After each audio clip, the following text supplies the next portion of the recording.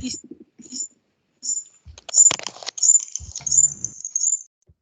Ok, eso que ya lo tengo aquí. Cuando quieras lo puedo compartir en su momento. Muy bien. Sí. Bien, pues muy buenas tardes a todos. Vamos a iniciar esta sesión del seminario, en el cual la maestra en ciencias Solkin Garduño nos va a hablar sobre Ethereum Blockchain Smart Contract Overview.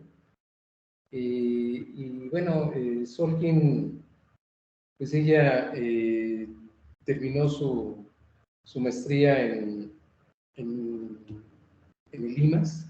Estuvo trabajando sobre algunas cuestiones de geometría computacional con Jorge Urrutia, y después estuvo haciendo su doctorado sobre temas afines con el manejo de imágenes. Actualmente ella pues se dedica, pues es consultora, trabaja para varios proyectos, y a lo largo de su carrera pues ha hecho pues estudios bastante profundos sobre cadenas de bloques y sobre todo aplicaciones en el sector energético. Recientemente ella fue aceptada en un programa de doctorado conjunto con la compañía eléctrica en Francia y con la Universidad de Reims. Entonces, bueno, pues realmente conoce mucho sobre este tema, y es un placer poder presentarla en nuestro seminario. Pues adelante, Solkin. Choco Bien. fantástico. Pues, choco fantástico. Sí, choco es un excelente prefijo. Bien. Bueno, pues antes que nada, pues saludos a todos. Agradezco mucho que se den la oportunidad de asistir a este seminario, que es altamente, bueno, a mí me parece altamente interesante. Y bueno, les doy una idea general de lo que va a consistir esta sesión. Dado que el tema del blockchain es un tema muy, muy amplio, que en realidad tiene muchos vértices y muchas ramificaciones, esta sesión va a estar dividida en dos partes. En esta vamos a hacer un recorrido de lo que es el algoritmo convencional, o bueno, no el algoritmo, sino todo el entorno o el ambiente del blockchain de Bitcoin. Y vamos a estar mencionando de manera secundaria al blockchain de Ethereum. Y posteriormente vamos a hablar de contratos inteligentes y de aplicaciones descentralizadas. Eso va a ser, bueno, los contratos inteligentes y las aplicaciones descentralizadas nos vamos a enfocar en la segunda sesión. Ahora, ¿cuál es la importancia de hacer el recorrido en el orden en el que les estoy mencionando? O sea, primero el blockchain de Bitcoin, después blockchain de Ethereum con contratos inteligentes y por último las aplicaciones descentralizadas.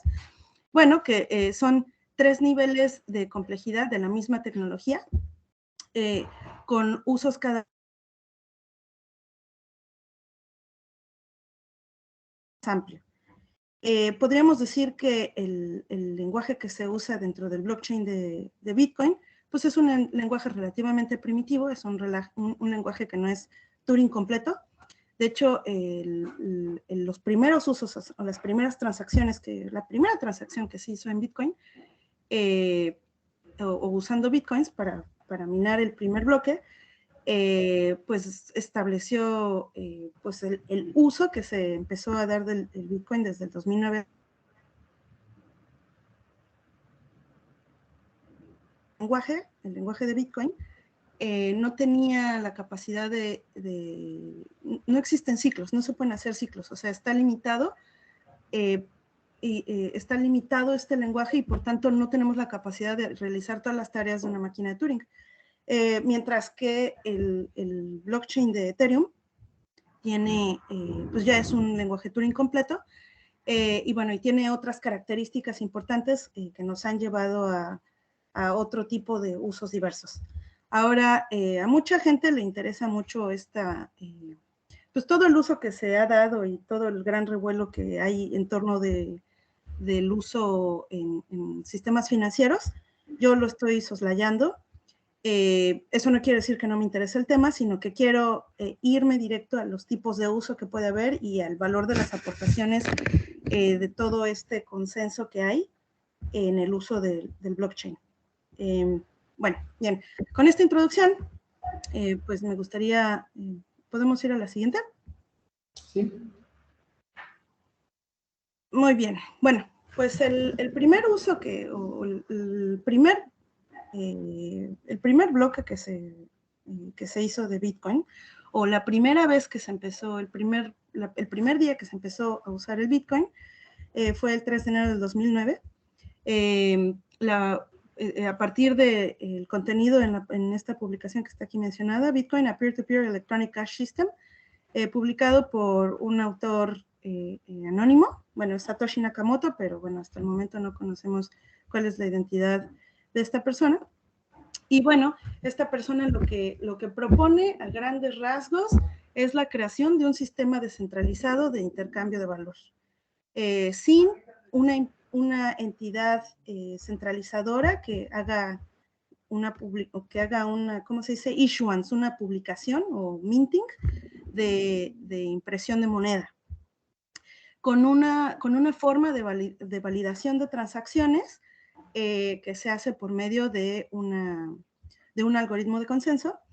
Y bueno, es ahí donde está la parte clave de todo esto en lo que ha desencadenado los usos de Bitcoin, ¿no? El encuentro o el diseño de un algoritmo de consenso para el cual cualquier participante tiene perfectamente claro cuáles van a ser los pasos que se van a seguir, independientemente de que haya discrepancias dentro de una red. Bien, siguiente. Bien, y para poder entender cuál es la importancia de estas aportaciones, pues primero vamos a ver cuáles son algunos de los problemas con los que se encontraron los sistemas distribuidos en una red, tanto como las herramientas que se habían desarrollado hasta la fecha, ¿no? Estas son herramientas que son relativamente recientes. Estamos hablando desde los 70s que se empezaron a hacer las publicaciones, las primeras publicaciones sobre posibles formas de solucionar los problemas de consenso, un problema de consenso en una red distribuida. Ahora bien, el primer problema que vamos a ver es el problema de los generales bizantinos. Y bueno, este es un planteamiento un poco más estricto, pero bueno, el que se está proyectando ahora, pero el problema de los generales bizantinos lo podemos pensar como, supongamos que tenemos un conjunto de N generales que están sitiando una ciudad. Y estos generales pues necesitan saber cuál es la opinión del resto de los generales que están dentro de su ejército, para saber si tienen que atacar la ciudad o mantenerse en pie, ¿no? O retirarse. Entonces, cada uno de estos generales, para poder tomar la decisión de la mayoría, necesitaría saber qué es lo que piensa el resto de los generales. Así, pues necesitarían recibir las noticias del general. El general, por ejemplo, el general N necesita saber qué es lo que piensa el general 1, el general 2 y así hasta el general N-1. Ahora, esto lo planteamos, ahora bien, para saberlo, pues el general necesita saber que los mensajes que está recibiendo pues son los mensajes de los generales que le corresponden a su ejército. Puede ser que haya entidades maliciosas que empiecen a mandar mensajes que no son los correctos y terminen perdiendo la guerra porque hubo fallos en la transmisión de los mensajes que están enviando. Entonces, bueno, les voy a leer rápidamente la definición del problema de los generales bizantinos, que es una red de N nodos, todos los cuales publican datos erróneos, en la que los nodos están conectados 2 a 2. Supongamos que un nodo A publica un valor de una variable X para que todos los nodos en R la actualicen. Para ello, los nodos tienen que llegar a un acuerdo sobre la veracidad o falsidad de la publicación de A. Ahora bien, decimos que un sistema es resistente a ataques bizantinos si cada vez que un nodo A publica el valor de X, entonces todos los nodos honestos, esto es, pues todos los generales que están dentro del mismo ejército les son leales, están de acuerdo con el valor de X, ¿no? El valor de X en este caso es la acción que deben de tomar en conjunto. Y todos los nodos honestos acuerdan el mismo valor para X. Es decir, que todos llegan a la misma conclusión. Siguiente.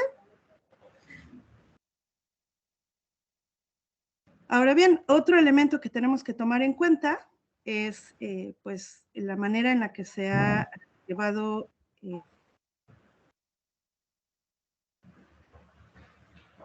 no, tenemos que tener una manera de saber cuando una vez que me llega un mensaje, tengo que saber que ese mensaje pues no ha sido corrompido, que no hay manera de que haya otros participantes que puedan leer ese mensaje que me está llegando a mí o que esté dirigido únicamente a mí, pero también que las personas que están enviando el mensaje no me tengan también que enviar la manera de decodificar el mensaje, porque eso es una vulnerabilidad. Entonces, bueno, la manera actual, existen varios protocolos para poder hacer codificación y decodificación, pero en particular lo que a nosotros nos interesa es el cifrado asimétrico. ¿Y en qué consiste el cifrado asimétrico? Bueno, consiste en generar dos tipos de claves, ¿no? Una clave que nos va a ayudar a hacer un cifrado de mensajes y otra que nos va a ayudar a hacer un descifrado. Este tipo de llaves, la primera que va a ser la llave para poder descifrar los mensajes, que le vamos a llamar la llave privada. Esta puede ser generada a partir de cualquier función aleatoria o pseudoaleatoria, pero lo que a nosotros nos interesa es que para poder generar nuestra llave para poder cifrar nuestros mensajes, o sea, que nosotros podamos crearla a partir de nuestra llave privada, usando un tipo de funciones que se llaman funciones de una sola dirección. Existen varias funciones de una sola dirección, algunas de las cuales, algunas de estas clasificaciones se encuentran las funciones hash, las cuales vamos a ver a continuación. Pero bueno, los protocolos que usan este tipo de cifrado simétrico, pues supongo que muchos de nosotros los conocemos, es el Pretty Good Privacy, el PGP, el Secure Shell también lo usa, el TLS, bueno, aquí repetí Secure Shell 2 veces, bueno, Git y Bitcoin. Ahora, ¿esto para qué nos sirve, no? Bueno, como les comenté, para poder hacer transmisión de mensajes de manera que ningún participante malicioso pueda descifrar el mensaje que está cifrado a partir de mi llave. Ese es un uso. Otro de los usos que tienen este tipo de codificaciones es para poder hacer la verificación de que el mensaje que estoy recibiendo no ha sido tergiversado de alguna manera o modificado. Siguiente. Muy bien. Y bueno, para poder hacer este tipo de funciones, pues necesitamos alguna manera de hacer, de generar, bueno, en el caso particular del uso de funciones que nos ayuden a hacer la verificación de que un mensaje no ha sido tergiversado o modificado, pues se encuentran las funciones hash. ¿Qué son las funciones hash? Pues funciones que reciben cadenas de caracteres o elementos de algún universo y que regresan una cadena que tiene una longitud específica, ¿no? En este caso vamos a decir que tienen una longitud máxima y que hacen un irisado, ¿no? Muchas veces vamos a encontrar la mención de las tablas hash, que en realidad pues, son los mapeos que se hacen a partir de la aplicación de H, de una función hash, sobre un universo de llaves U. Entonces, si nos vamos a la siguiente. Muy bien. Bueno, un ejemplo, esto es de funciones hash, pues es esta, la multiplicación elíptica de puntos. Bueno, pero antes de que les comente acerca de la multiplicación elíptica de puntos, el uso particular que vamos a darle a las funciones hash dentro del entorno de Bitcoin es que estas funciones hash nos van a ayudar para poder hacer la verificación de los mensajes, en este caso de transacciones. De las transacciones que van a representar intercambios de valor entre los participantes de una red. Y el valor de este tipo de funciones en particular, el valor de este tipo de funciones, pues se va en particular de esta, la multiplicación elíptica de puntos, pues está en que es una función para la cual no es posible encontrar cuál es la preimagen. Es decir, una vez que nosotros tenemos un hash, nosotros no podemos determinar cuál fue la preimagen de ese hash. El hash entendido como la imagen de mi función. Esto quiere decir que para poder hacer o para poder reducir el espacio del que viene, bueno, la preimagen de la imagen o de un hash, lo que nosotros vamos a tener que hacer es hacer una búsqueda exhaustiva en un dominio cuyas dimensiones pueden ser enormes. Entonces, bueno, un ejemplo de este es esta, la multiplicación elíptica de puntos. Para la multiplicación elíptica de puntos, la manera en la que se plantea es, nosotros tenemos una curva a la que les llaman curvas de Weierstrass. Un ejemplo de este tipo de curvas se encuentra en el segundo párrafo, dice la curva usada por SEC P256K1 es esta. Bueno, esta curva, lo que nosotros vamos lo que se hace en la multiplicación elíptica de puntos es nosotros tomamos nuestra llave, vamos a tomar la representación entera de esta llave y esta la vamos a multiplicar por un punto dentro de nuestra curva. Esta curva puede ser una curva aleatoria. Y lo que vamos a estar transmitiendo como nuestro hash es el resultado de multiplicar ese punto por él mismo tantas veces como la llave nos diga. Esto quiere decir que lo que nosotros vamos a obtener, que va a ser un punto dentro de nuestra curva, pues en realidad puede tener una cantidad infinita de puntos de los que haya comenzado, ¿no? Una cantidad infinita de puntos en la curva, para los cuales multiplicados por él mismo una cantidad no conocida de veces, pues obtengamos, en este caso, la llave hash. Entonces, bueno, esto es un ejemplo de lo que es una función hash. Siguiente. Tenemos en realidad varias funciones. Si nos podemos ir a la siguiente. Una que es muy famosa es esta SHA-256. SHA-256 es una función hash que pues esta es mantenida por una asociación, se usa en varios tipos de usos, lo usa el gobierno de Estados Unidos para hacer cifrado de los mensajes que manda de gobierno, etc. Pero esta función tiene, bueno, en particular me interesa comentarles acerca de esta función porque esta función hash es usada dentro de los protocolos de Bitcoin. Ahora, para poder encontrar cuál es la preimagen de un hash que sabemos que viene de SHA-256, pues en realidad tendríamos que buscar 2 a la 256 intentos para generar la preimagen. Entonces, esto quiere decir que si nosotros partimos 2 a la 256 es un número enorme. Entonces, si nosotros quisiésemos poder, por ejemplo, generar 2 mensajes que nos den exactamente la misma, 2 puntos en el dominio que nos den exactamente la misma imagen, pues pues es prácticamente imposible. O sea, sí puede haber, a esto le vamos a llamar colisiones. En las funciones, en este particular, en la SHA-256, sí hay colisiones. En particular, en el protocolo de Bitcoin encontramos colisiones más o menos una vez cada semana. Posteriormente vamos a hablar de por qué se dan este tipo de cosas.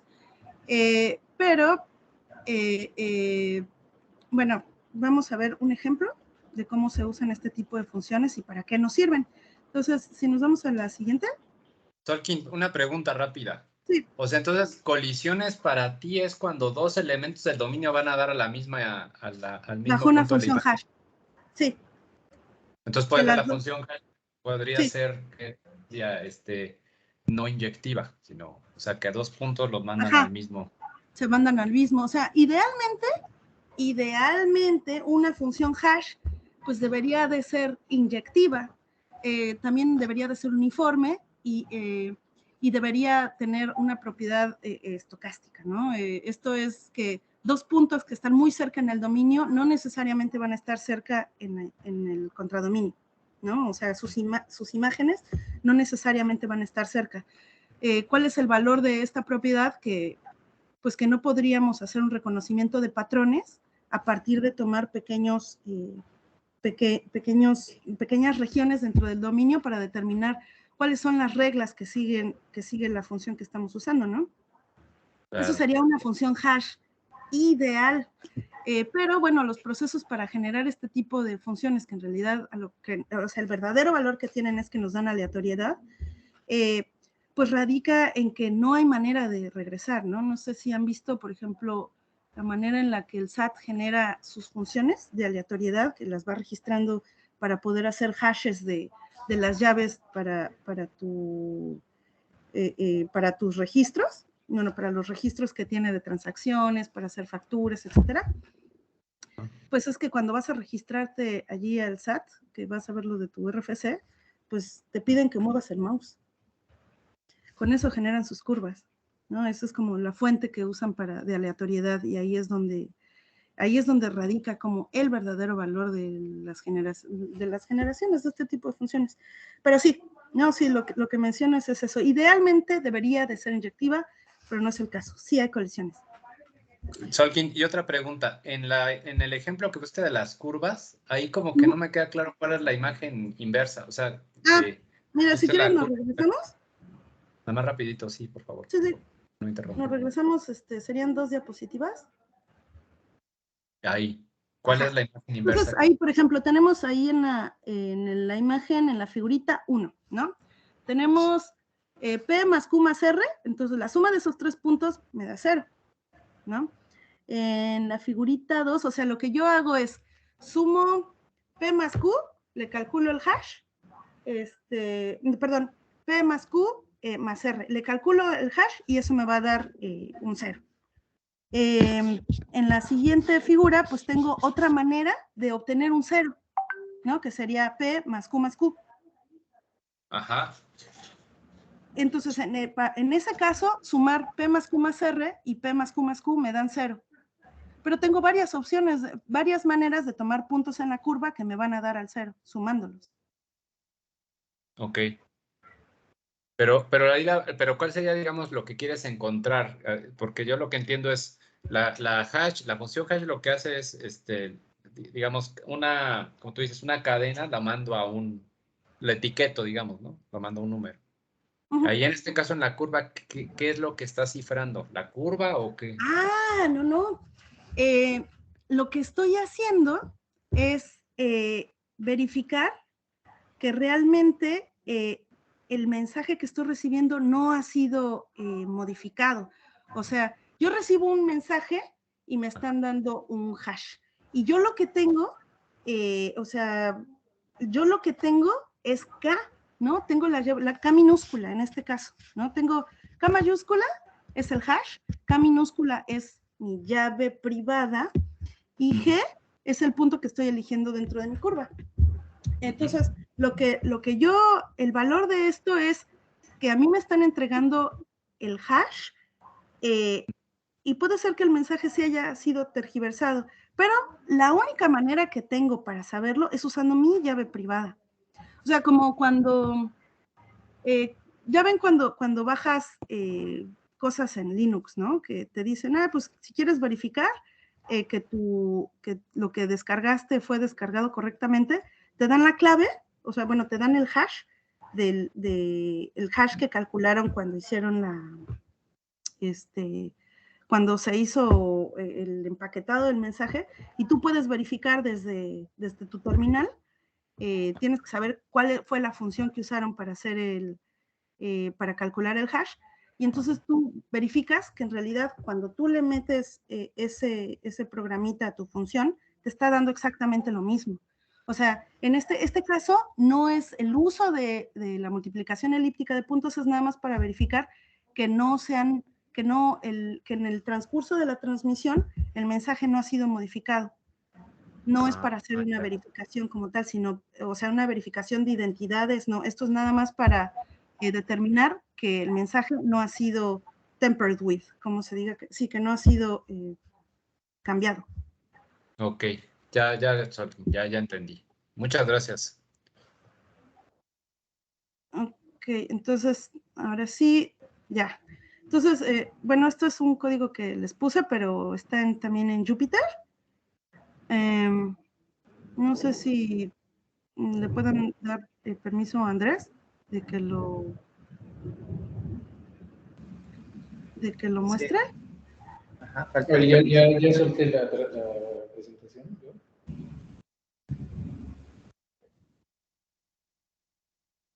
¿Dejo el mismo rango, Solkin? ¿5 o el que estaba en el...? Sí, es. Entonces, bueno, lo que les quiero mostrar ahora es lo que les dije acerca de la cercanía, ¿no? De dos elementos que sean cercados en el dominio, en este caso para SHA-256, que me van a llevar a elementos en el contradominio pues, que están lejos, ¿no? Entonces, aquí estoy usando, esto es un ejemplo escrito en Python usando la librería HashLib. Pues les recomiendo que se pongan a ver qué es lo que tiene HashLib. Está bien, tiene bastantes funciones. Y aquí lo que tenemos es pues una cadena que se llama blockchain, bueno, una cadena, un string, que tiene el mensaje blockchain rocks.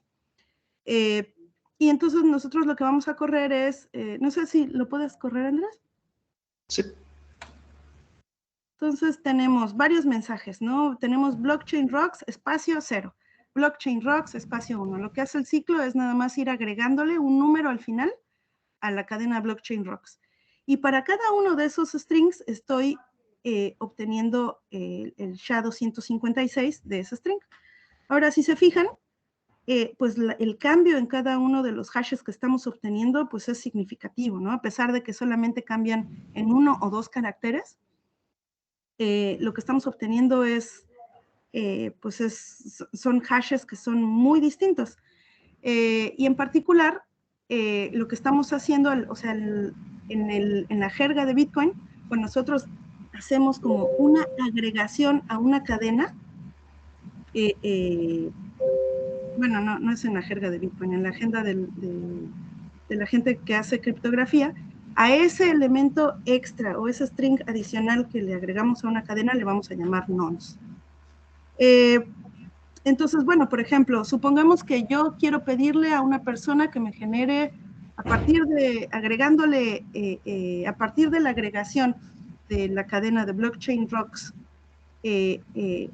una cadena de strings adicional para que el hash me dé algo que empiece en Z. Entonces, por ejemplo, en estos 20 intentos, ¿puedes bajar un poco, Andrés? En estos 20 intentos, pues no hay ninguno que empiece en Z. Entonces, o sea, Blockchain Rocks 0, Blockchain Rocks 1, hasta Blockchain Rocks 19, ninguno empezó con Z. Entonces, pues yo diría, bueno, al menos necesitaría 20 intentos para poder generar un hash que esté en hexadecimal, que empiece con una Z. Perdón, nunca van a empezar con Z porque es hexadecimal, que empiece con una, por ejemplo, en este caso, con un 3. No hay 3 ahí, ¿no? Entonces, bueno, necesitaría al menos 20 intentos. En esto que les acabo de comentar es la prueba de trabajo, ¿no? La prueba de trabajo lista como una búsqueda exhaustiva de cuál es un fragmento que le tienes que agregar a un string para tener un hash que cumpla ciertas características, ¿no? Características específicas. Eso es la prueba de trabajo. Ya, si nos podemos ir ahora sí a la siguiente diapositiva.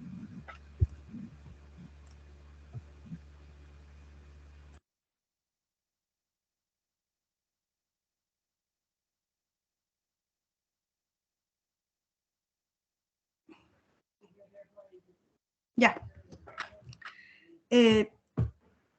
Ahora sí, ¿no? Bueno, esto nada más es lo que les acabo de decir. La prueba de trabajo en el caso del Bitcoin consiste en producir un nonce cuyo valor de hash sea menor que cierto número. Si el valor del hash es pequeño, entonces es más difícil encontrar un nonce.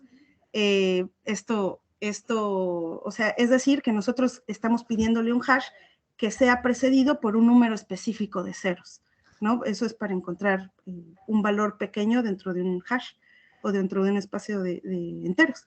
Es decir, la dificultad del algoritmo dependerá del valor del nonce que se elija. Siguiente. Perdón, ¿qué comentaste que era nonce? El fragmento el fragmento adicional que le estás agregando a una cadena. Ah, ok, sí. O sea, sí,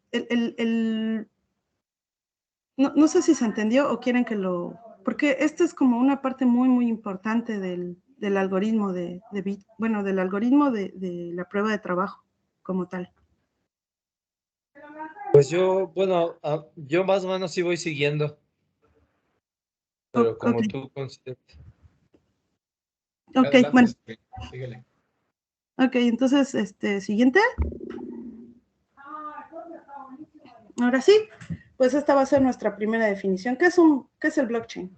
Bueno, un blockchain es una estructura de datos que es compuesta por una secuencia de listas o bloques, tales que cada bloque está conectado con el bloque previo. Estos bloques pues van a estar ligados el uno con el otro por medio de funciones hash que se van a ir calculando de acuerdo a cierto criterio que vamos a ver posteriormente. Pero, en esencia, un blockchain es eso. Cadenas de listas de bloques que están ligados, ¿no?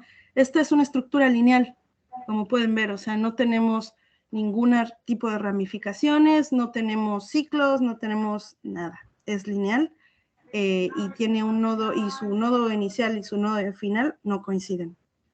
Bien, siguiente.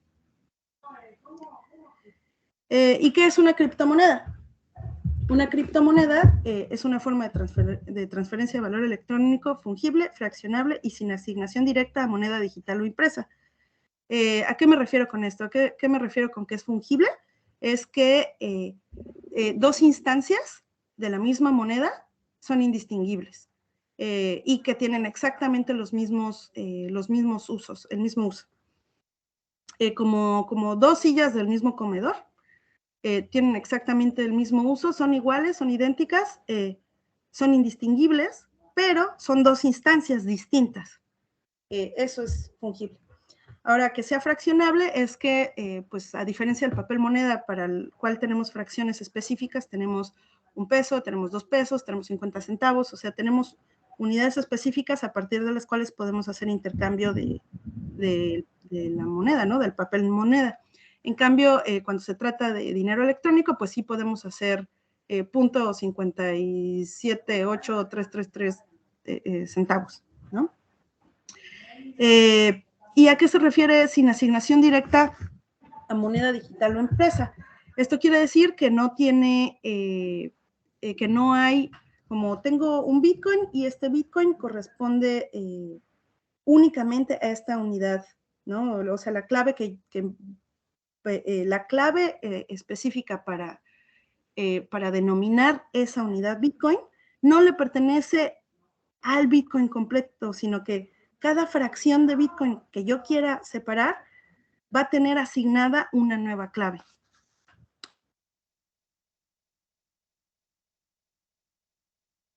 Ocurre como el número de folio de los billetes, ¿no? O sea, un billete de 100, pues tiene ahí su número de folio del Banco de México. Eso quiere decir que tiene una asignación como una entidad específica, ¿no? Con esa clave en los registros del Banco de México le corresponde a esa unidad de valor de, ¿cuánto les dije? 100 pesos, ¿no? En el caso del Bitcoin, en el caso de las criptomonedas, perdón, ese no es el caso. Ahora, bueno, existe una cantidad inmensa de criptomonedas en el ambiente, bueno, que usan distintos tipos de blockchain. En particular, pues está Bitcoin, está Ethereum, Cardano, Tether, Dogecoin y bueno, Ripple. Bueno, hay una cantidad enorme, ¿no? En cambio, los usuarios de criptomonedas usan un sistema de llaves que les permiten probar la posesión de esta, así como reasignar la posesión a otro usuario. Este tipo de... bueno, esa es otra característica importante de las criptomonedas, que para poder acceder al valor al valor que tiene asignada una unidad de criptomoneda o una cantidad dada de criptomoneda, necesitamos que el dueño de esa fracción de criptomoneda, ¿cómo se dice? Unlock, como que permita el acceso al valor, a ese valor. Si no hay un acceso al valor por parte del propietario, no es posible acceder al valor.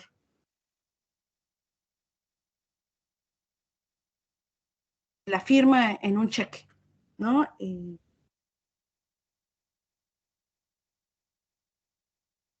No está firmado por el propietario, pues nosotros no podemos ir al banco a intercambiar eso por dinero, ¿no?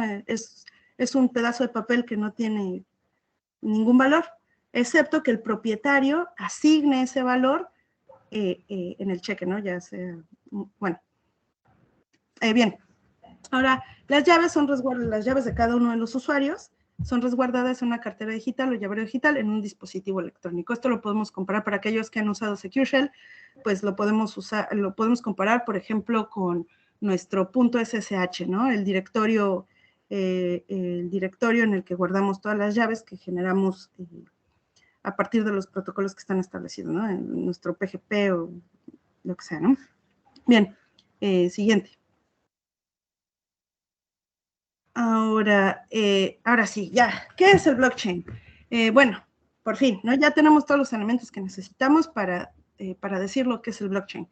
Bueno, un blockchain, vamos a verlo como un ambiente, ¿no? Como en este caso le voy a decir tupla, en la que existe una estructura de datos al que le vamos a llamar blockchain.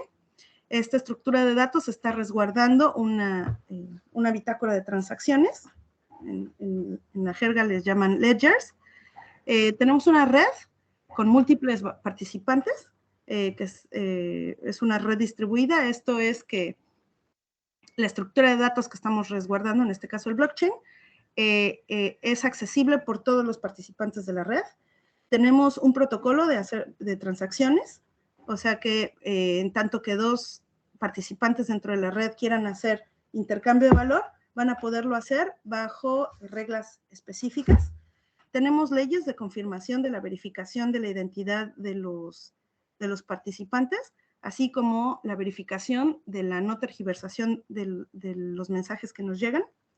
Esto lo vamos a llevar a cabo a través de una prueba de trabajo. Y además tenemos un protocolo para recompensar a todos los participantes que vayan agregando elementos a nuestra estructura de datos, o sea, bloques a nuestra cadena de bloques que sean verídicos, ¿no? O que sean válidos. Bueno, eso es el blockchain. Es todo este conjunto de cosas con un lenguaje en común para todo esto, ¿no? Un lenguaje común para hacer la generación de los bloques, para mantener la bitácora de transacciones, para hacer la validación de las transacciones, para comunicación entre los participantes, para hacer la confirmación o la validación de las transacciones, para llevar a cabo la prueba de trabajo y para producir valor dentro de nuestro ambiente de blockchain. Ahora, en el caso particular del Bitcoin, pues tenemos una selección de nombres pues un tanto desafortunada porque en el Bitcoin pues todo se llama Bitcoin. Tanto la red se llama Bitcoin como el protocolo se llama Bitcoin, el lenguaje de programación es el lenguaje de Bitcoin y todo se llama Bitcoin. Sin embargo, por ejemplo, se me ocurre Ethereum, que es otro blockchain, en el que la red se llama Ethereum, la criptomoneda que se usa dentro de esta red se llama Ether, ¿no? Ether. La estructura de datos pues, se llama blockchain y el lenguaje de programación, bueno, tenemos clientes para distintos lenguajes de programación, hay clientes para Java, clientes para Python, pero el lenguaje de programación con el que se empezó a hacer Ethereum inicialmente, pues es Solidity, ¿no? Hubo otros intentos, está Serpent, pero bueno, eso lo veremos después. Bien, siguiente. Entonces, bueno, esto es nada más un diagrama de cómo están distribuidas las redes de blockchain. En particular, bueno, esto está fuertemente enfocado a la de Bitcoin, ¿no? Tenemos maneras, por ejemplo, si vemos del lado izquierdo, pues tenemos las cadenas de bloques que se van generando. Pues estos bloques, cada vez que se generan, van a ser una asignación de valor o una recompensa a aquellas personas que generen este bloque. Tenemos también muchas personas que están calculando hashes, ¿no? Pruebas de trabajo todo el tiempo. Ahorita vamos a ver cómo están ligados cada uno de estos. Tenemos usuarios que están haciendo transacciones dentro de la red. Tenemos también maneras de entrar y salir, o sea, de intercambiar nuestra criptomoneda por monedas fiduciarias. No me voy a ir específicamente al uso de exchanges ni de carteras para salir o para intercambiar criptomonedas por moneda fiduciaria, pero eso es posible. Y bien, creo que... sí. Y el uso de llaves privadas de los usuarios para poder cifrar los mensajes que están mandando dentro de la red. Bien, siguiente. Ahora, pues vamos a ver cuál es la composición de un bloque, ¿no? Bueno, pues un bloque dentro del blockchain tiene dos partes principales. La primera, bueno, en particular el blockchain de Bitcoin, ¿no? Tienen que saber que, bueno, desde la aparición de Bitcoin ha habido muchas modificaciones, hay muchas variantes, pero en particular un bloque de blockchain de Bitcoin tiene dos partes principales, el encabezado y el registro de transacciones, ¿no? Y el encabezado, pues es algo que intuitivamente podríamos decir qué es lo que es, ¿no? Tenemos que tener, pues, el número del bloque, la fecha y la creación del bloque, el hash del bloque, ¿no? La manera de verificar que ese bloque no ha sido tergiversado, y el nonce correspondiente al hash, ¿no? Y el siguiente es el registro de las transacciones, ¿no? Después del encabezado tenemos el registro de nuestras transacciones, y cada transacción pues va a tener las partes que componen una transacción, pues son la dirección del remitente, la dirección del destinatario, el monto de la transacción, el monto de la cuota y el hash de la transacción. Ahora, en el caso particular de Ethereum, tenemos un campo adicional que corresponde a los inputs para los contratos inteligentes, ¿no? Esto es para las personas que sepan que es un contrato inteligente, pero en caso de que no, eso lo veremos después. Bien, siguiente. Ahora bien, ¿cómo se ve la cadena de bloques? ¿No? Tenemos ahí, bueno, a grandes rasgos se ve así un blockchain.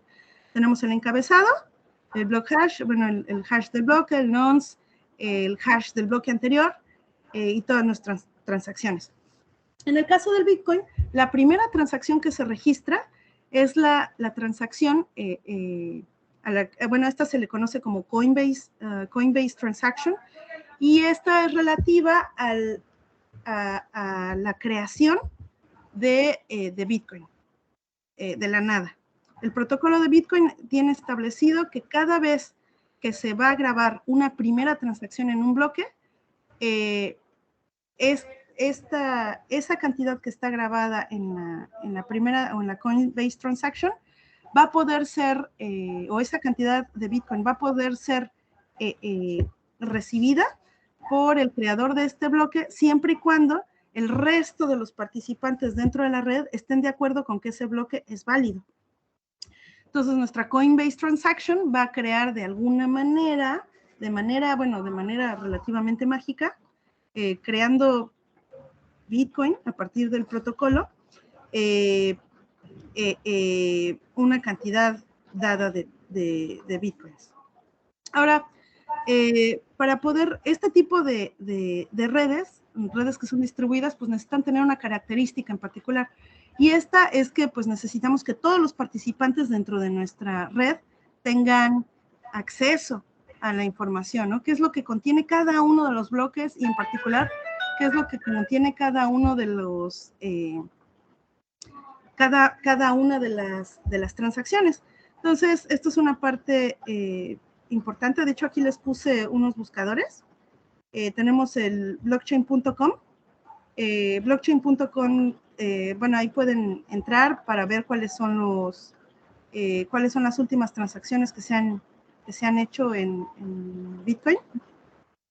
Tenemos Etherscan en el caso de Ethereum.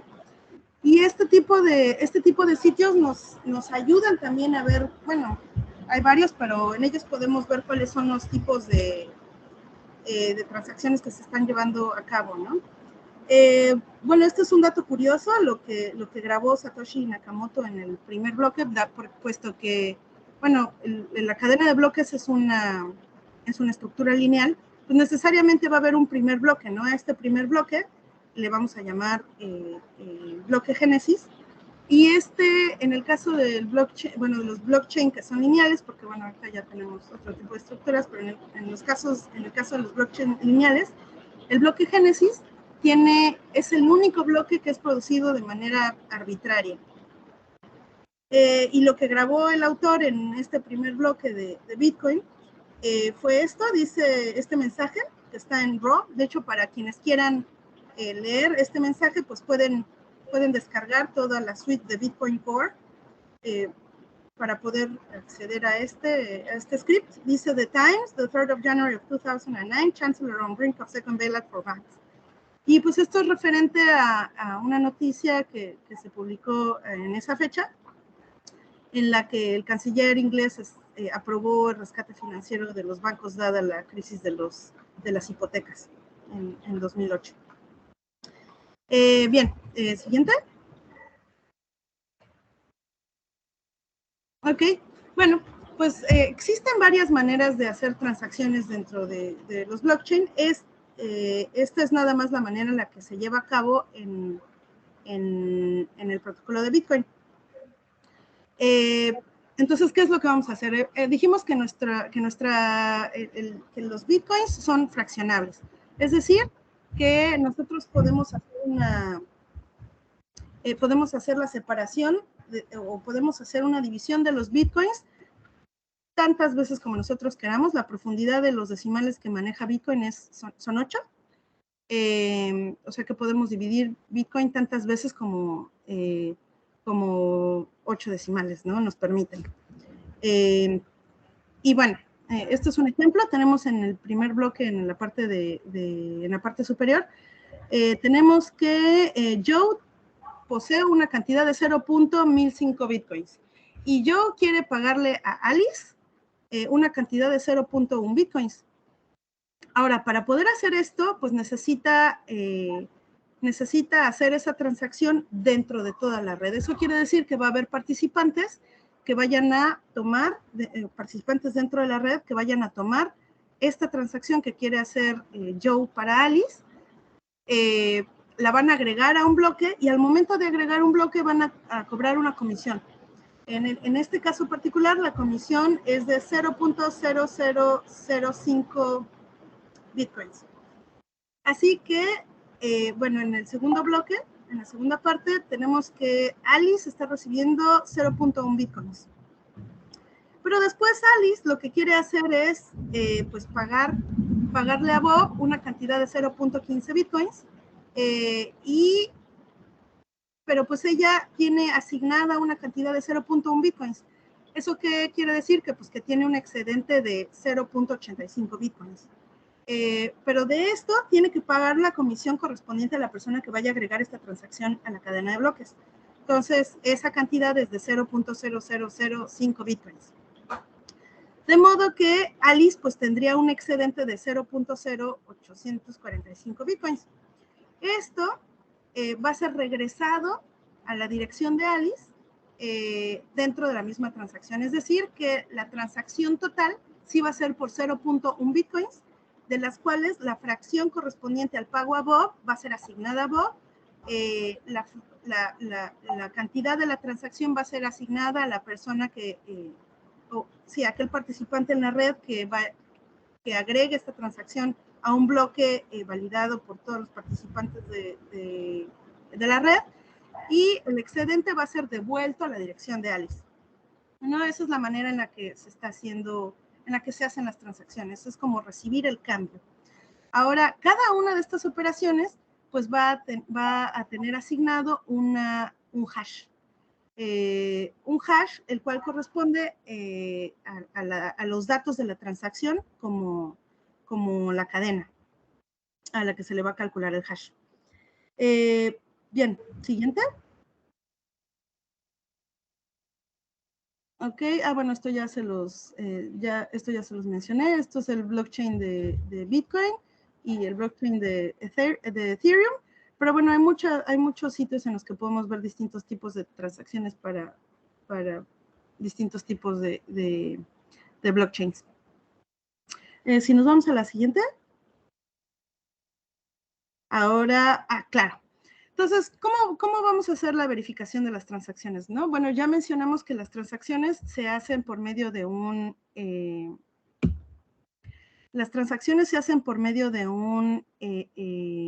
ya es 1 hora. Bueno, ustedes me dicen cuando quieran que pare. O cuando sea necesario que cortemos. No sé cuánto tiempo más tengo. ¿Vas a dar varias sesiones? Pues yo creo que sí va a ser necesario ver varias sesiones, porque, o sea, el objetivo es ver aplicaciones descentralizadas. Pues mira, tú decídelo, generalmente reservo hasta 1h30, aunque no es muy recomendable extenderse tanto, pero toma tú la decisión en función de lo que creas que sea un punto para cortar, no te preocupes. Adelante. Muy bien. ¿Vas a hablar hacer contratos, o más bien programar contratos con Sí. Ethereum? Sí. Y eso me Sí, interesa bastante. el objetivo es escribir contratos. Sí, eso es. I'm looking forward. Sí, o sea, lo que nosotros queremos es escribir contratos inteligentes que, pues sí, que podamos dejar. Bueno, si quieren, podemos parar ahorita. Nada más quiero darles como una idea general de lo que un árbol de Merkle en realidad es un árbol binario, para los cuales que cumple que cada hoja es un hash de una transacción incluida dentro de un bloque, y la razón por la que por las que se elige este tipo de estructuras de datos para calcular, o este tipo de datos es para calcular los hashes del bloque que componen el cuerpo de las transacciones de un bloque en Bitcoin. Y pues este tipo de estructuras pues nos ayuda a reducir a orden logarítmica, base 2, en la búsqueda de las transacciones para poder dar seguimiento a cuál ha sido la cadena de propietarios de una fracción de Bitcoin, ¿no? Bueno, eso lo vamos a ver posteriormente, pero bueno. Bueno, como les comentaba, el objetivo final son los contratos inteligentes. Los contratos inteligentes los podemos pensar como scripts, ¿no? Como programitas. Una palabra que se me ocurre con el que podemos hacer una analogía son bots, programas que están corriendo de manera periódica, que están siendo mantenidas por una fuente de criptomoneda que las mantiene funcionando dentro de un blockchain. Un caso de uso que se me ocurre para los contratos inteligentes es, por ejemplo, pues yo quiero un despertador, ¿no? Quiero que una función de despertador, que pase lo que pase, siempre suene. Entonces, bueno, yo escribiría un bot, ¿no? O un script, un contrato inteligente dentro de un blockchain. En particular me refiero, pues, un blockchain, en el blockchain de Ethereum. Este contrato inteligente va a estar cada vez tomando fondos dentro de una cuenta específica de un participante en la red de Ethereum, y va a estar usando esos recursos de criptomoneda para poder correr. Y entonces cada vez que va a estar ahí corriendo y entonces va a estar contando la hora. Ah, ya son las 6 de la mañana otra vez. Bueno, pues voy a mandar un mensaje al teléfono de Tzolk'in para que suene. No, eso es un caso de uso que se me ocurre, pero en realidad los casos de uso que existen para contratos inteligentes son amplios, desde aplicaciones notariales, verificaciones de títulos de propiedad, por ejemplo, distribución de recursos en redes, verificación de cadenas de producción o de cadenas de comercialización de productos, etcétera, ¿no? Y el siguiente gran uso de este tipo de contratos son las aplicaciones descentralizadas, las cuales pues veremos después. Pero bueno, pues entonces creo que lo dejaría hasta aquí por el momento. No bueno, sé si muy bien, Tzolk'in, pues sí, seguimos con las preguntas. Seguramente habrá muchas, bueno, ya se han hecho algunas, pero espero que haya muchas más. Adelante, por favor.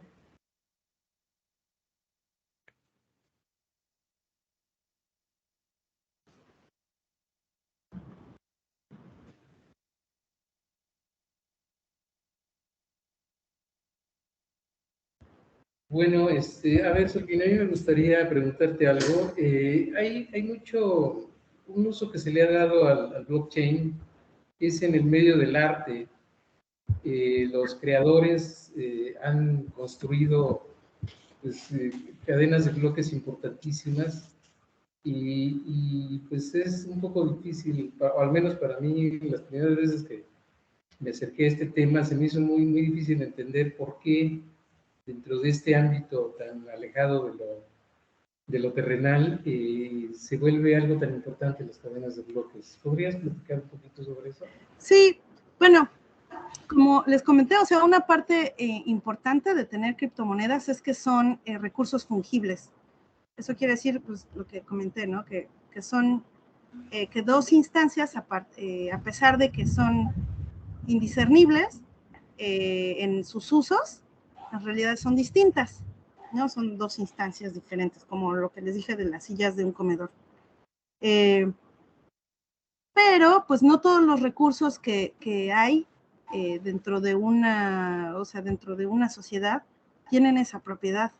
O sea, no es lo mismo comprar una silla de diseñador que comprar una silla de plástico de Corona, ¿no? Son dos cosas muy distintas. Entonces, pues necesitamos tener forma de hacer sellados para objetos que son tipo único. Para ello, se usan dentro de un blockchain métodos para hacer sellados únicos de objetos que estén montados en contratos, ¿no? Entonces, cuando supongo que se refiere en particular a los NFTs, ¿no? A los non-fungible tokens, que a eso hace referencia, ¿no? Que sean no fungibles quiere decir que a pesar de que puedas hacer compraventa de este tipo de objetos, son objetos únicos, en tanto que su hash no es, o sea, el hash lo cumple únicamente esa estructura. O sea, una manera muy general, por ejemplo, de hacer un hash de una imagen, pues nosotros podemos tomar una imagen y pasar, calcularle el hash a la estructura lineal de esta imagen. O sea, agarramos los píxeles, los vamos poniendo en una cadenita, le calculamos el hash a eso, y con eso ya podríamos obtener una manera de sellado de esa cadena en particular de datos, ¿no? Si nosotros hiciéramos esa imagen más grande o más chiquita, pues obtendríamos un hash diferente. Por tanto, no podríamos decir que yo tengo exactamente la misma imagen porque no es la misma cadena de datos. Entonces, lo que están resguardando cuando tienen tokens no fungibles, lo que resguardan es la cadena que se intercambió o sea, la cadena de los datos que se intercambió del bien correspondiente, y lo único que se publica es el hash.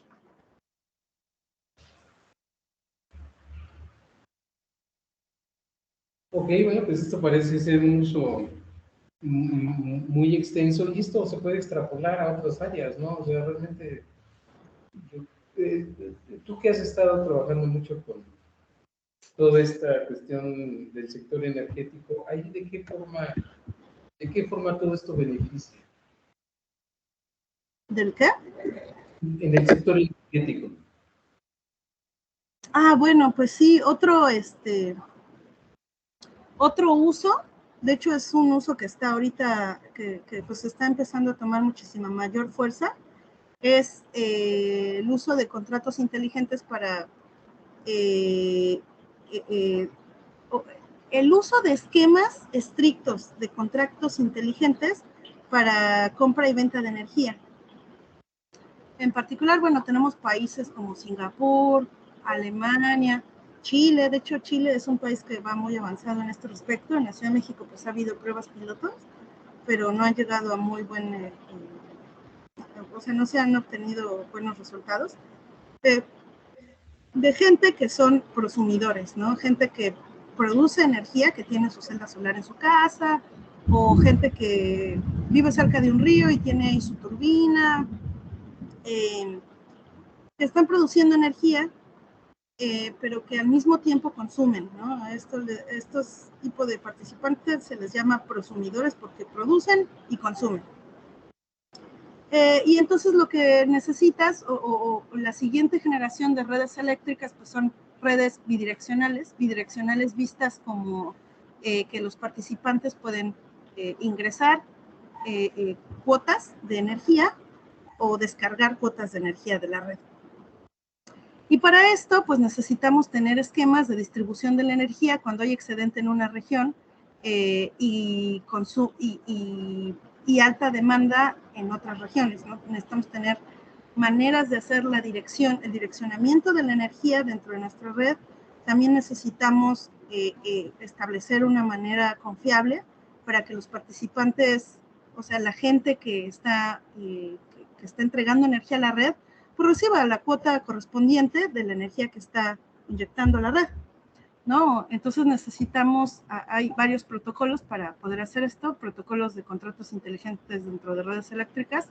Uno que es muy usado se llama G-Time, y pues este protocolo lo que hace es únicamente discretas de unidades de energía dentro de una red de blockchain. Pero bueno, hasta el momento no existe una manera de hacer una distribución de acuerdo a las demandas de energía en redes las variaciones en la demanda de energía de acuerdo a la hora o de acuerdo a la región. Ay, bueno. Carlos levantó la manita. ¿Quién, perdón? Carlos levantó la manita. Adelante, ¿Puedo Carlos. preguntar? Sí. Oye, Turki, ¿y cuál es la razón de existencia de las stable coins? Esas no logro entender por qué existen. Bueno, pues es que, o sea, las stablecoins lo que hacen es un pegging, ¿no? Eso es lo que hace. El peg to a dólar es como intentan hacer es siempre regresar a un valor de $1 por una cantidad de criptomoneda dentro de un blockchain, ¿no? Regularmente las stablecoins están montadas dentro de la red de Ethereum, usando este protocolo ERC20. Y este protocolo ERC20 lo que te permite es hacer como un sub-blockchain, pero en vez de usar criptomonedas, usas la herramienta que se usa son tokens, ¿no? Que son como representaciones de valor de tu criptomoneda. Pero estas representaciones tienen la propiedad específica de que Bueno, tienen una reserva de valor como, ¿cómo se llamó esta ley que firmó el presidente? Bretton Woods, la del oro, ¿no? Sí, justo, Bretton Woods, sí, la del oro, ¿no? O sea, ahí lo que estaban haciendo es, bueno, nosotros vamos a tener una reserva de valor en oro, bueno, reserva de oro, para poder tener para poder tener un respaldo sobre lo que vale el dólar, ¿no? Es decir, que cada vez que yo intercambie un dólar con alguien, puedo asegurar que ese dólar, si yo quiero, puedo ir al Banco Central y que me den mi pedacito de oro al que corresponde ese dólar, ¿no? Ahora, bueno, nuestro queridísimo Nixon, pues dijo, ya, vamos a quitar el pegging del dólar al oro, y vamos pues a poder imprimir tanto papel moneda como nosotros queramos, porque ahora el nuevo valor del dólar va a estar establecido por la confianza que tiene la Reserva Federal. No, bueno, es muy parecido a lo que pasa con las stablecoins. Las stablecoins son sostenidas, no todas, pero son sostenidas por una reserva de valor, ¿no? Como Tether, ¿no? Tú tienes una reserva de valor en dólares que está respaldando el valor de esa moneda. Entonces lo que te dicen es, bueno, cuando nosotros tengamos una cantidad mayor o cuando empiece la confianza dentro del cualquier tipo de exchange, que la confianza de la gente empiece a disminuir en nuestra stablecoin, eso querría decir que el precio de intercambio dentro de una casa de cambio de nuestro token está empezando a bajar. Eso quiere decir que lo que nosotros tenemos que hacer para regresar la confianza de la gente en nuestro stablecoin es inyectar más dólares. De esa manera vamos a poder subir el valor de nuestro stablecoin, ¿no? Y cuando empiece a subir demasiado, o sea, que haya participantes especulativos dentro de nuestros exchanges o casas de cambio, pues lo que nosotros vamos a hacer es retirar, de modo que siempre vamos a estar manteniendo, retirar dólares, ¿no? De modo que siempre vamos a estar más o menos viajando dentro del valor, o sea, que nuestro stablecoin va a estar dentro de una identificación con alguna moneda. Casi todos están identificados con el valor del dólar, pero bueno, no sé si eso responde. Si me quieren preguntar de Terra Luna, eso es otra cosa, luego si quieren hablamos de eso. Pero eso, ¿a quién le interesa eso? Porque como que eso va en contra del espíritu del non-centralizing, o sea, de eso como que va al revés del espíritu de no centralización de las criptomonedas, ¿no? ¿A Pues quién le sí, o sea, interesaría eso? desde que salió el white paper ha habido muchísimas modificaciones, o sea, va a sonar contradictorio, pero pues sí, hay blockchains que son privados, lo cual no tiene mucho sentido. Hay intentos de blockchain que son protocentralizados, como Ripple, por ejemplo, en el que hay como una mesa de acuerdo para poder resolver algún tipo de conflicto. Pues puede ser, Pero sí, o sea, sí, o sea, eso que menciono es completamente cierto, sí van en contra del planteamiento inicial. Sí, pues como dice el dicho, para todos sale el sol. Ve tú a saber para qué Sí, pueda servir a alguien, ¿no? sí, Bueno, sí, sí. gracias, Olkin. Ya dejo preguntar a Andrés. Adelante, Hola, Andrés. soy Ken. Pues me dio curiosidad de la página que dijiste de blockchain.com, BTC y Blocks. Y pues entré a esa página y pues sí, efectivamente se ven las últimas Transacciones, los sí. últimos minados, sí. Voy a compartir un momentico la pantalla, ahora que aprovechando que la tengo disponible, para que veamos una cosa que pues, hay varias cosas que tengo un montón de dudas, ¿no? Pero en particular de, de esta página, ok, creo que no me aparece. Bueno, voy a compartir, ya, la pestaña de Chrome. Ok, esta es la página, ¿no? Entonces sí aparece todo lo de MTFs y todo eso. Sí se ve, ¿cierto? Sí. Sí, Y uno se puede meter a cada uno de estos hash, ¿no? Y hay una altura aquí que pues no sé qué significa, imagino que es el es número del bloque. el bloque. Ah, perfecto. Ujú. Bueno, entonces, pues eso tiene un montón, ¿no? O sea, tiene 700, yo no sé cuánto, Sí, 600 sí, mil. sí. Y pues intenté así poco a poco ir hasta allá, pues ya hice la búsqueda exhaustiva y ya por fin pude llegar a la número 1, al inicio de Ujú. todo. El inicio de todo está en esta página, en la 14.938. Y bueno, aquí están los primeros, ¿no? Los Ujú. primeros bloques que efectivamente imagino que el 0 es el que mostraste, ¿no? El del Sí, mensaje de... el Y bloque cero, entrando sí. ya, exacto, entrando ya a por ejemplo, al número 1, veo que tiene un montón de información, ¿no? Sí, Bueno, sobre esto me imagino que son las veces que que confirmaron que el bloque era de verdad un bloque sí, sí. bueno, ¿no? Pero Ujú. me sorprende mucho esto, ¿no? O sea, esta recompensa fue real, es decir, él mismo me No, imagino que fue el que, o cómo no, fue no, lo no, que sucedió ahí. no, no. De hecho, el primer bloque tiene ahí, como dice, la cantidad son 50 bitcoins, ¿no? De hecho, Sí. bueno, el Bitcoin está planteado como una moneda deflacionaria. Deflacionaria vista como una moneda para la cual se va a crear una escasez artificial, de modo que la capacidad de adquisición de la moneda va a ser cada vez mayor, lo cual es un horror para todos los neoliberales. Claro. Pero bueno, esto quiere decir que va a haber una cantidad, o sea, en el caso del Bitcoin, va a haber una cantidad finita de Bitcoins que se vayan a producir de acuerdo al protocolo, ¿no?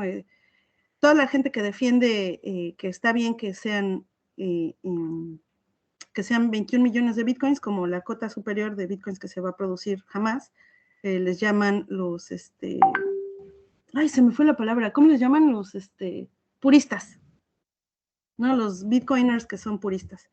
Y bueno, ¿en qué va a consistir? O sea, no todos los bloques van a poder minar 50 bitcoins, sino que cada 210,000 bloques, o sea, si puedes irte al bloque 210,000, Esa, vas a esa ver era que ahí, otra pregunta, exactamente esa era otra pregunta, porque fui a y ya vale muy poquito, ¿no? 25,000. ajá, o sea, 25. a eso le llaman el halving, ¿no? Cada 210,000 bloques, o esto se está dando más o menos cada 4 años, se reduce por la mitad el número de bitcoins que se producen en bloque, ¿no?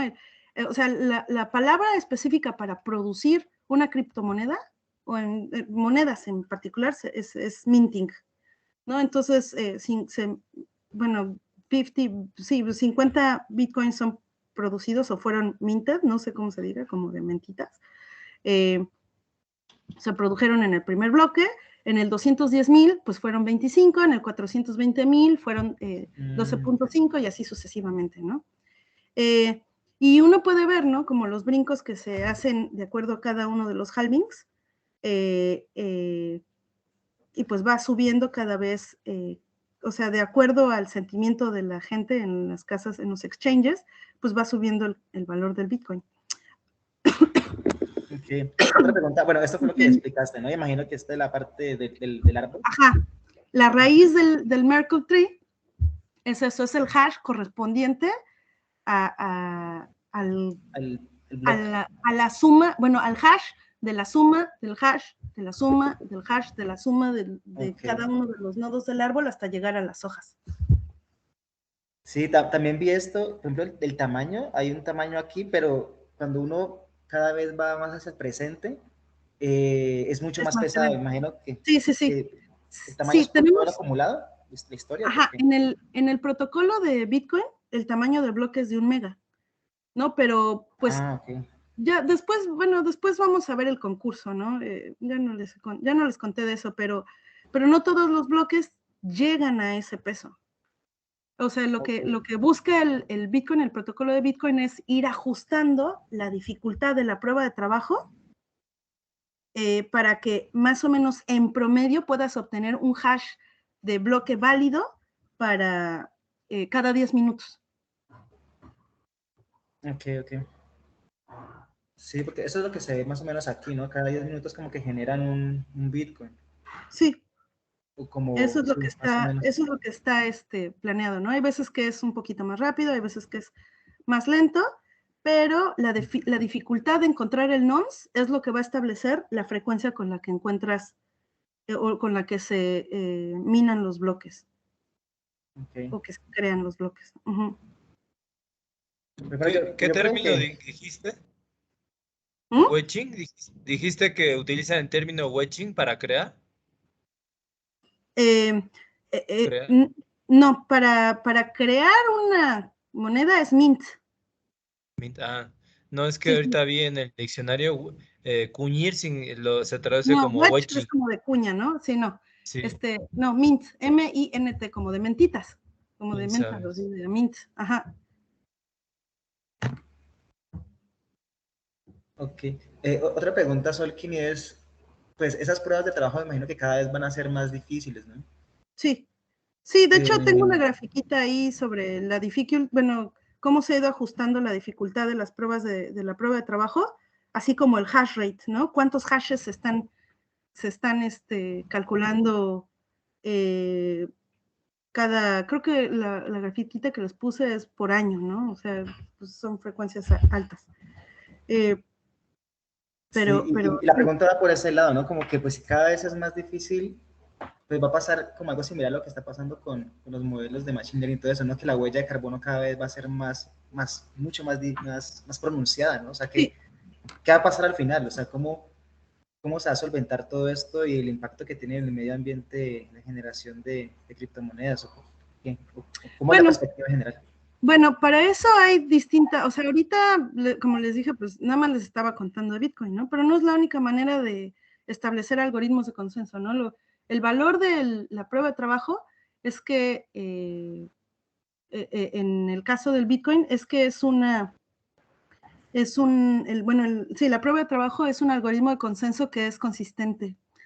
Esto quiere decir que resuelve el problema de los generales bizantinos, o sea, que todos llegan a la misma conclusión acerca de cuál es el bloque válido, el siguiente bloque válido, ¿no? Pero no es la única manera, ¿no? Hay muchísimos tipos de pruebas de algoritmos de consenso, ¿no? De creación de redes de confianza. Hay otra que se llama la Proof of Stake, que en el caso de Ethereum, bueno, Ethereum es otro blockchain, el que les dije de contratos inteligentes.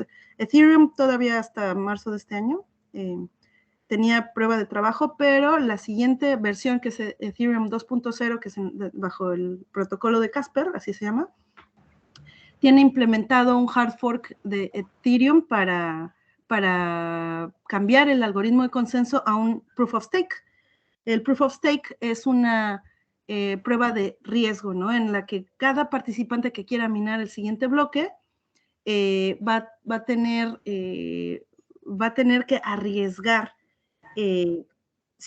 cierto valor de criptomoneda para poder proponer el siguiente bloque. Y en caso de que ese bloque no sea aceptado, que no pueda ser validado por el resto de los participantes, entonces se le bloquea, se bloquea el valor que estaba asignado como riesgo de la persona que propuso ese bloque. O sea, a eso le llaman proof of stake, es relativo al riesgo económico que estás asumiendo al momento de publicar un bloque.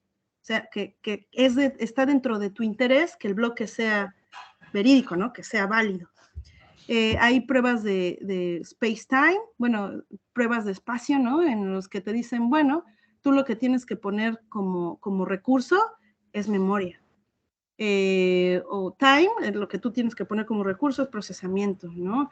Proof of burn, bueno, ya en el mundo, si quieren, en otra sesión hablamos de los diferentes tipos de algoritmos de consenso, pero sí es un elemento que ha sido muy criticado en el mundo en particular al Bitcoin, porque no hay una manera, de hecho no hay manera de cambiar eso. El algoritmo está hecho así, para que cada vez sea más difícil minar un bloque. Ok, gracias, Solkin. Bueno, muy bien, veo que ya no hay más manos levantadas, pues asumo que ya no hay más preguntas, entonces voy a volver a proyectar mi pantalla.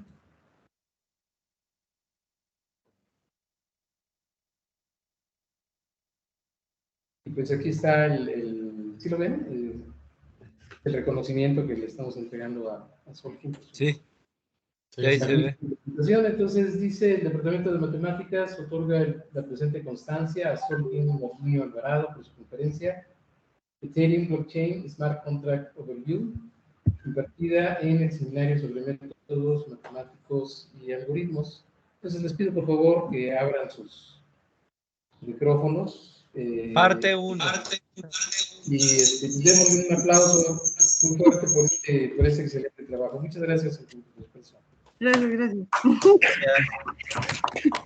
Muy bien.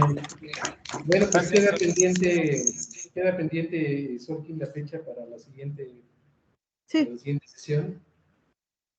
En la siguiente charla vamos a tener a un estudiante de doctorado del departamento, Ángel Elías, que va a presentar algunos de sus avances del trabajo que está realizando. Entonces ya se les hará llegar información en su momento.